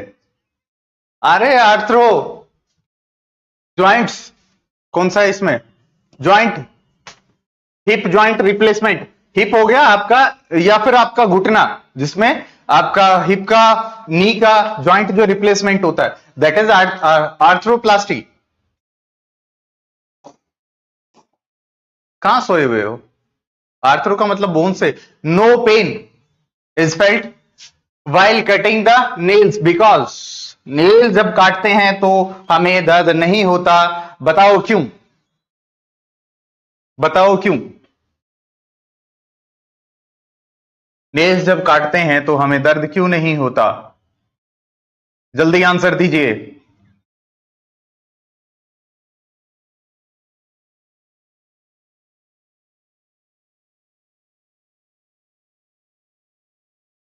जल्दी बताइए, 30 सेकेंड हो गए हैं आपके। दैट इज वे, नेल्स किसके बने होते हैं? ऐसे मटेरियल से और डेड सेल से बने होते हैं जिसके अंदर ब्लड वेसल्स भी नहीं होती, और ना ही इनके अंदर नर्वस सिस्टम होता है, नर्व नहीं होती है। अगर नर्व नहीं होगी तो दर्द की सेंसेशन, मतलब जो पेन है, सेंसेशन नहीं होगा हमें, ठीक है। Next, here is composed of protein. कौन सी प्रोटीन होती है हेयर के अंदर? कौन सी प्रोटीन होती है? फीमेल्स को ज्यादा पता होगा, फीमेल्स को ये बात अच्छे से पता होगी, कुछ कुछ मेल्स को भी पता होगी, लेकिन फीमेल को ज्यादा पता होगा। क्यों पता होगा? क्योंकि वो जो अरे पार्लर होते हैं उनमें जाती हैं, तो वो जब हेयर स्ट्रेटनिंग करवाती हैं तो वही चीज यूज होती है बेटा, वही चीज यूज होती है, ग्लोब्यूलिन।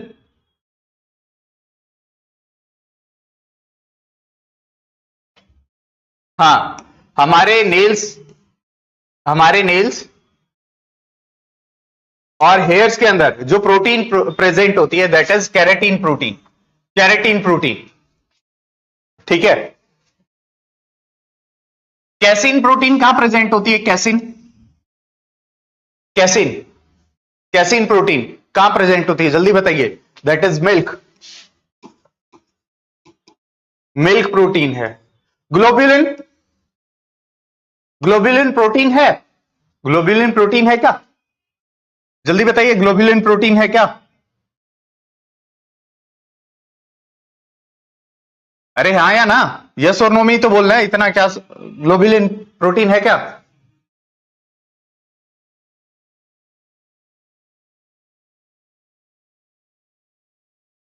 अरे है तो सही। अभी मैं बताऊंगा, देखो आपका, अगर मैं बात करूं, एक वर्ड सुना होगा, ये सिंबल देखा है कहीं? HB, haemoglobin. ठीक है, हीमोग्लोबिन, हीम प्लस ग्लोबिन या globulin, haem plus globulin. Haem का मतलब आयरन, आयरन के साथ जुड़ी हुई ग्लोबुलर प्रोटीन जिसका स्ट्रक्चर ऐसा हो, राउंड या सर्कुलर स्ट्रक्चर हो, गोल गोल स्ट्रक्चर हो, ग्लोबुलिन से याद रख लेना, गोल गोल स्ट्रक्चर हो, दैट इज ग्लोबुलिन प्रोटीन। अगर ये अभी हेयर में प्रोटीन पूछ रहा है तो इस प्रोटीन का स्ट्रक्चर भी पूछ सकता है। तो इस प्रोटीन का स्ट्रक्चर कैसा होता है? फाइब्रस होती है। ये प्रोटीन कैसी होती है? फाइब्रस होती है। ठीक है, स्ट्रेट होती है। म्यूसिन हमें कहां मिलती है? Mucin, mucin, mucin, mucin protein कहां मिलती है बताएंगे आप? जो हमारा म्यूकस होता है, ठीक है, हमारा जो स्लाइवा होता है, ठीक है, उसमें जो हमारी इपिथेलियल सेल, ज्यादा एक्सप्लेनेशन नहीं कर रहा, जो हमारा म्यूकस होता है, माउथ में जो वाटरी डिस्चार्ज आता है हमारा, उसके अंदर क्या होता है? म्यूसिन होता है। क्लियर? ठीक है, ये याद रखना, इनमें से अगर कोई ऑप्शन आता है तो याद रखना। ठीक है, which of the following is the strongest part of our body? इनमें से कौन सा हमारे बॉडी का स्ट्रोंगेस्ट पार्ट है? सबसे स्ट्रॉन्ग पार्ट है बॉडी का, सबसे स्ट्रॉन्ग पार्ट है। Which of the following is the strongest part of our body?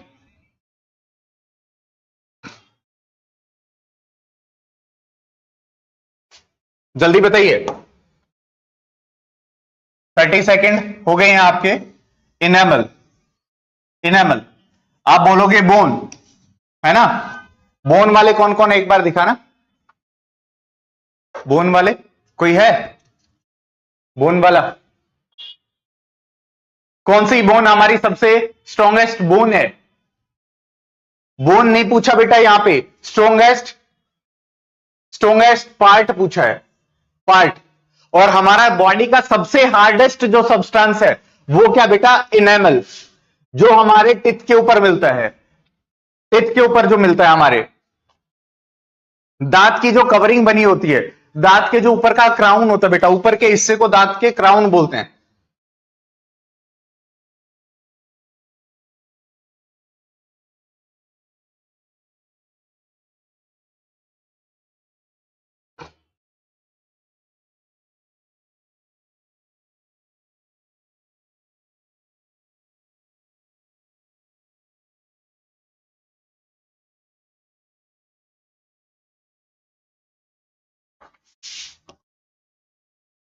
ये देखिए, ये जो है आपका, ये जो हो गया ऊपर का, ये जो ऊपर की कवरिंग होगी सारी यहां तक, क्राउन बोलते हैं इसको।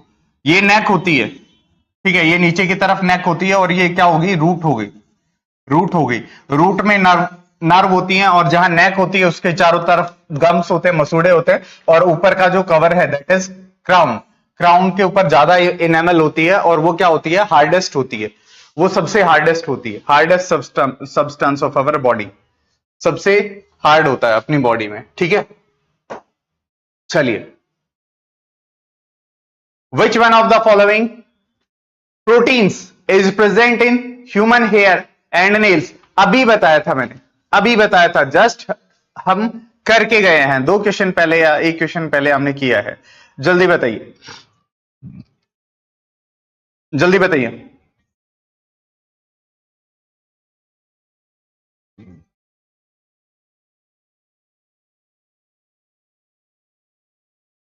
ये तो पता होगा ना, अभी डिस्कस किया था बेटा। कौन सा है? That is keratin. Keratin protein होती है ना। ऑक्सीटोसिन हार्मोन है, वैसोप्रेसिन हार्मोन है, ट्राइप्सिन हार्मोन है। इनके फंक्शन पढ़ेंगे हम, ठीक है, ये फंक्शन है पढ़ेंगे। Which one of the following are required for the formation of bones and teeth? अभी पढ़ा था, अभी ऑप्शन में आया था बेटा। देखो, आप एक चीज देख रहे होगे, वही चीजें रिपीट कर करके पूछ रहा है, घुमा घुमा के चीजें पूछ रहा है, सेम क्वेश्चन ही बार बार रिपीट कर रहा है, और कुछ नहीं आ रहा इसमें। एक ही क्वेश्चन चीज को, एक ही बात को घुमा घुमा के हम बोल रहे हैं बार बार, है ना। जल्दी बताइए, ये बताइए जल्दी, जल्दी बताइए। बोन्स और अरे बोन्स में और टीथ में क्या मिलेगा हमें? अभी तो बोला calcium and phosphorus, calcium and phosphorus. Bone का dry weight 70% calcium and phosphorus ही तो है। Next, which one of the following is the smallest muscle of the human body? Smallest bone नहीं पूछ रहा बेटा, स्मॉलेस्ट मसल पूछ रहा है। ध्यान से सुन लेना, ध्यान से पढ़ लो दोबारा। क्या है? स्मॉलेस्ट मसल पूछ रहा है, स्मॉलेस्ट बोन नहीं पूछ रहा, स्मॉलेस्ट मसल पूछ रहा है। स्मॉलेस्ट मसल कौन सी है?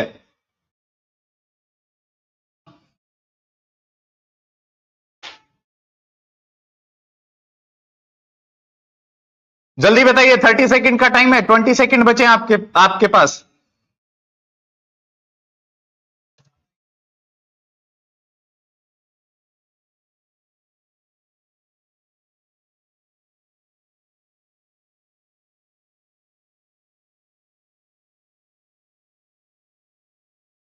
कौन सा है? That is stapedius.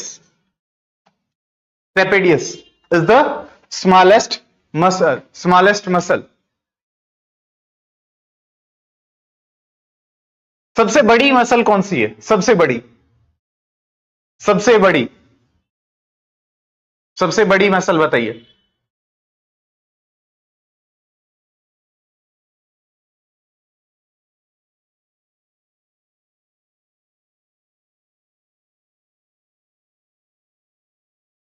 हाँ, रजत सही है। गौरव ठीक करिए भाई, गौरव ठीक करिए। सबसे बड़ी मसल पूछ रहा हूं मैं आपसे, सबसे बड़ी मसल बॉडी की। Gluteus,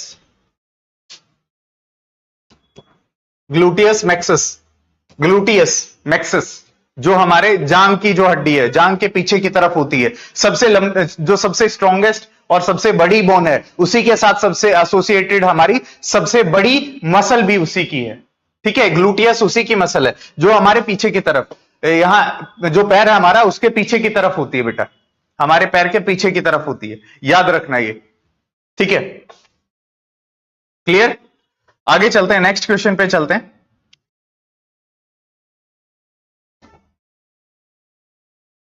the strongest muscle in the human body, strongest muscle, strongest पूछ रहा है, स्ट्रॉन्गेस्ट, सबसे स्ट्रांग मसल कौन सी है हमारी? कहां की होती है? हैंड की होती है, नेक की होती है, थाई की होती है, जॉ की होती है। ये तो लड़कों को यार पता होना चाहिए, बेसिक से क्वेश्चन है। हार्ट,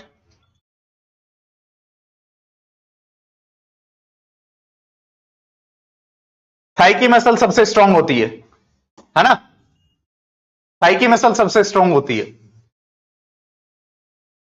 जॉ, हमारे जबड़े की जो बॉन होती है बेटा, सबसे स्ट्रांग होती है।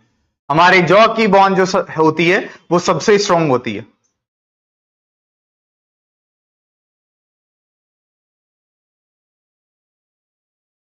ठीक है।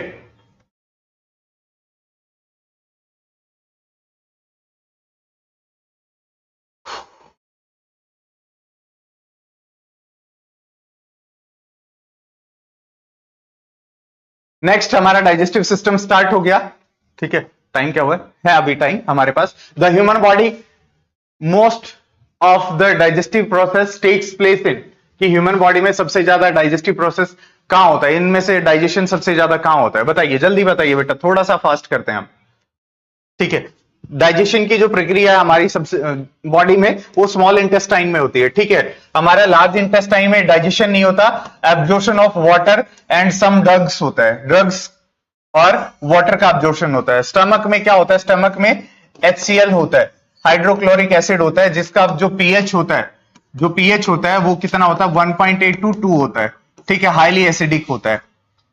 यहां पे कोई डाइजेशन नहीं होता, कोई एंजाइम नहीं आता है। ठीक है, पैंक्रियाज क्या करता है, पैंक्रियाज डाइजेस्टिव जूस या डाइजेस्टिव एंजाइम रिलीज करता है, डाइजेस्टिव एंजाइम, डाइजेस्टिव एंजाइम। ठीक है, डाइजेस्टिव एंजाइम बनाता है पैंक्रियाज, क्या बनाता है, डाइजेस्टिव एंजाइम्स। ठीक है, रिलीज करता है पैंक्रियाज, याद रहेगा ये। ठीक है, याद रहेगा, आगे चलते हैं नेक्स्ट क्वेश्चन।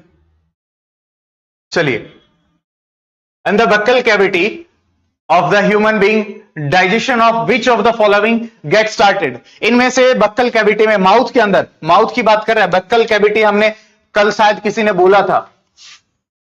ठीक है, तब मैंने ये वर्ड बोला था बक्कल कैविटी, ओरो कुछ था, ओरल से रिलेटेड कुछ था। ठीक है, तो माउथ जिसने दिया था आंसर, जिसने, ठीक है, उससे रिलेटेड है बक्कल कैविटी। तो इनमें से बक्कल कैविटी में कौन से एलिमेंट का, फूड के कौन से कंपोनेंट का डाइजेशन स्टार्ट हो जाता है, बताएंगे, जल्दी बताइए आप, जल्दी बताइए। दैट इज आपका कार्बोहाइड्रेट। कार्बोहाइड्रेट का डाइजेशन हमारे माउथ से ही स्टार्ट हो जाता है। अराउंड हम बोलते हैं 30 से 33% ऑफ कार्बोहाइड्रेट डाइजेस्ट हो जाते हैं माउथ के अंदर। माउथ के अंदर क्यों डाइजेस्ट हो जाता है, क्योंकि माउथ के अंदर जो स्लाइवा बनता है, हमारे माउथ में जो गीला होता है, स्लाइवा जो होता है बेटा, फैट डाइजेस्ट नहीं होते, हाँ सी, कार्बोहाइड्रेट डाइजेस्ट होते हैं, कार्बोहाइड्रेट डाइजेस्ट होते हैं। जो हमारे माउथ के अंदर क्या होता है, स्लाइवा बनता है, वो 3 ग्लैंड्स होती हैं, वो स्लाइवा बनाती है, और उनके अंदर एक एंजाइम प्रेजेंट होता है, अमाइलेज। अमाइलेज किसको डाइजेस्ट करता है, कार्बोहाइड्रेट को, कार्बोहाइड्रेट्स को डाइजेस्ट करता है। अमाइलेज किसको डाइजेस्ट करता है, कार्बोहाइड्रेट्स को। ठीक है, कितना डाइजेस्ट कर देगा, स्लेवरी अमाइलेज बोलते हैं इसको, स्लेवरी अमाइलेज स्लाइवा में प्रेजेंट होता है। 3 ग्लैंड्स होती हैं जो बनाती हैं, कौन कौन सी ग्लैंड होती है बेटा, पैराटॉइड ग्लैंड, सब मैक्सिला एंड सब मैंडिबल, सब मैक्सिला एंड सब मैंडिबल, ये 3 ग्लैंड होती हैं जो क्या बनाती हैं, क्या बनाती हैं बेटा, आपका स्लेवरी अमाइलेज बनाती है, स्लेवरी अमाइलेज। क्लियर, चलते हैं आगे, चलते हैं, चलिए। हाँ, the saliva helps in the digestion of, इनमें से, अच्छा यहां आ गया स्टार्च, भाई यहां है देखना, स्टार्च यहां है। इनमें से स्लाइवा किसके डाइजेशन में हेल्प करता है, स्लाइवा किसके डाइजेशन में हेल्प करता है, बताइए, बताइए जल्दी, इतना टाइम नहीं है। थर्ड क्वेश्चन है, फोर्थ है।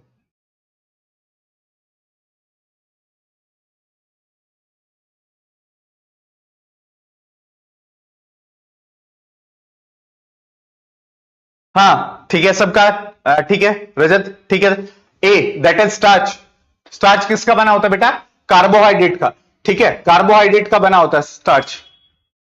सेम क्वेश्चन है, which of the following is digested with the help of saliva, इनमें से कौन सा स्लाइवा की हेल्प से डाइजेस्ट होता है, दैट इज स्टार्च। स्टार्च क्या है, अगर पूछ लिया जाए स्टार्च क्या है, वैसे तो केमिस्ट्री में आता है ये, पॉलीमर, पॉलीमर ऑफ किसका, glucose,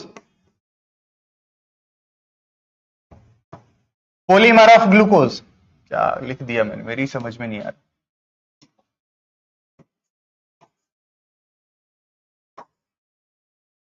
polymer of glucose,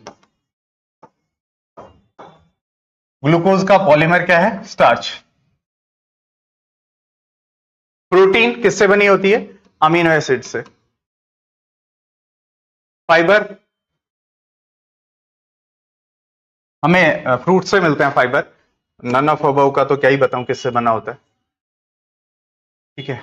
enzyme involve in the hydrolysis of starch. Starch को तोड़ने के लिए कौन सा एंजाइम यूज होता है स्टार्च से ग्लूकोज बदलने में?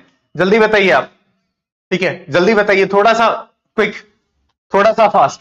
That is amylase. Very good, amylase. अभी पढ़ा हमने स्लेवरी अमाइलेज, माउथ के अंदर जो कार्बोहाइड्रेट को डाइजेस्ट करता है, that is amylase. Very good. ठीक है।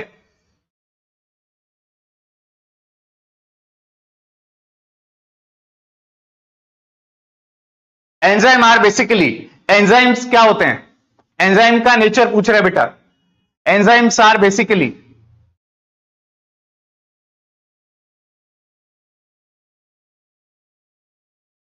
एंजाइम का नेचर पूछ रहा है। एंजाइम किससे बने होते हैं?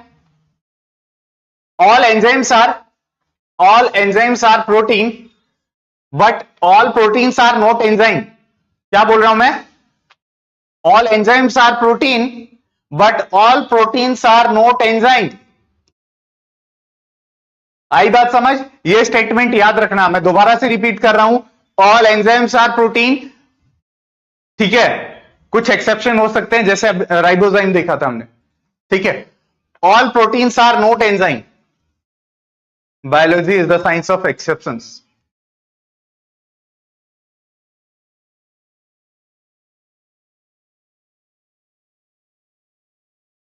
एंजाइम्स आर, वही है protein. In which organ hydrochloric acid is secreted. अभी बताया था बेटा, अभी बताया था, जस्ट अभी बताया था, पहले भी आ गया, अब फिर से आया है। ठीक है, अभी डिस्कस कर रहे थे तब ऑप्शन में था ये नाम, तब मैंने बताया था। जल्दी बताइए, जल्दी बताइए। मैक्सिमम आपके पास 3 मिनट और है, 3 मिनट और है, जितने कर सकते हैं क्वेश्चन करेंगे। अराउंड 70 क्वेश्चन हमने कर लिए हैं, 70 से ऊपर हो गए आज। जल्दी बताइए। हमारा स्टमक, स्टमक के अंदर क्या होता है बेटा? स्टमक के अंदर आपका HCl बनता है, हाइड्रोक्लोरिक एसिड बनता है, हाइड्रोक्लोरिक एसिड स्टमक के अंदर। Which one of the following statement about the enzyme are correct. Enzyme के बारे में कौन सी स्टेटमेंट करेक्ट है? एंजाइम के बारे में कौन सी स्टेटमेंट करेक्ट है?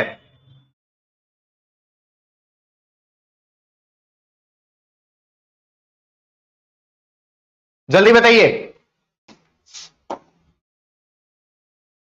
दे आर बायोकैटलिस्ट। हाँ, बायोकैटलिस्ट होते हैं, क्योंकि वो किसी रिएक्शन को स्टार्ट कर सकते हैं, कम या ज्यादा कर सकते हैं। They perform their action on the site where they are produce. हाँ, ऐसा होता है, दोनों सही है। That is C is the right answer.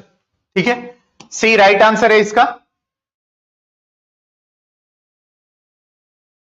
10th देखिए, which enzyme can catalyse the conversion of glucose to ethanol.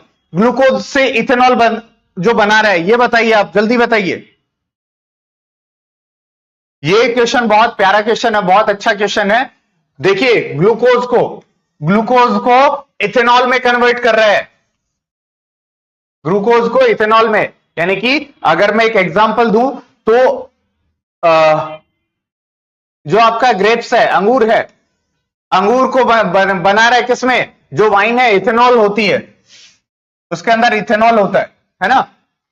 तो ग्रेप्स को इथेनॉल में कन्वर्ट कर रहा है। कौन सा एंजाइम होगा? एंजाइम बताइए। That is जाइमेज, जाइमेज।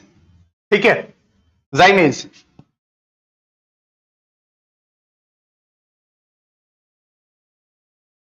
ठीक है, आज के लिए इतना ही, आज के लिए इतना ही। कल देखेंगे, इससे आगे के क्वेश्चन कल देखेंगे। टाइम हो गया हमारा, अराउंड 70 to 75 क्वेश्चन किए हमने।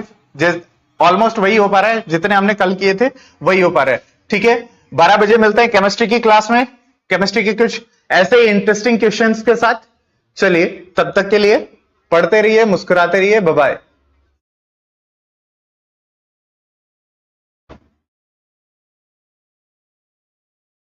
Thank you Aradhana.